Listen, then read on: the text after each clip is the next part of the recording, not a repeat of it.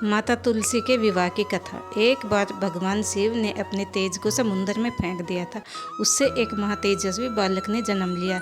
यह बालक आगे चलकर जलंधर नाम से पराक्रमी दैत्य राजा बना। दैत्यराज कालनेमी की कन्या वृंदा का विवाह जलंधर के साथ हुआ। जलंधर महाराक्षस था। अपनी सत्ता के मद में चूर उसने माता लक्ष्मी को पाने की कामना से युद्ध किया, परंतु समुद्र से ही उत्पन्न होने के कारण माता लक्ष्मी ने उसे अपने भाई के रूप में स्वीकार किया।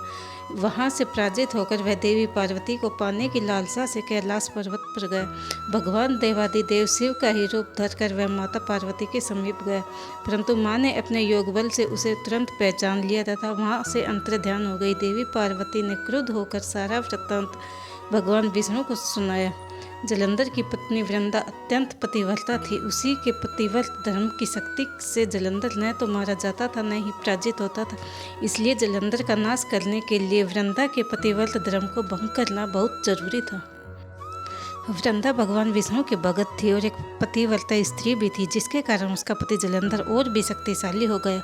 यहाँ तक कि देवादिदेव महादेव भी जलंधर को पराजित नहीं कर पा रहे थे। भगवान शिव समेत देवताओं ने जलंधर का नाश करने के लिए भगवान विष्णु से प्रार्थना की।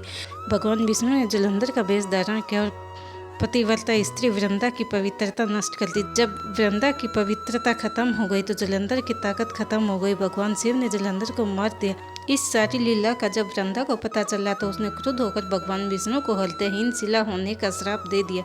अपने भक्त के श्राप को भगवान विष्णु ने स्वीकार किया और शालिग्राम पत्थर बन गए। सृष्टि के पालन करता पत्थर बन जाने से ब्रह्मांड में असंतुलन की स्थिति हो गई।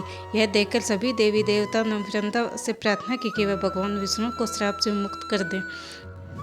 वृंदा जलंधर के साथ सती हो गई। जहाँ वृंदा भस्म हुई वहाँ तुलसी का पौधा होगा। भगवान विष्णु ने वृंदा से कहा, हे वृंदा, तुम अपने अस्तित्व के कारण मुझे लक्ष्मी से भी अधिक प्रिय हो गई हो।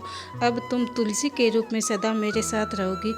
तब से हर साल कार्तिक महीने की देवउठनी एकादशी का दिन तुलसी जी का विवाह शालिग्राम के साथ किया जाता है। जो मनुष्य मेरे शालिग्राम रूप के साथ तुलसी का विवाह करेगा उसे इस लोक और परलोक में विपुल यश प्राप्त होगा।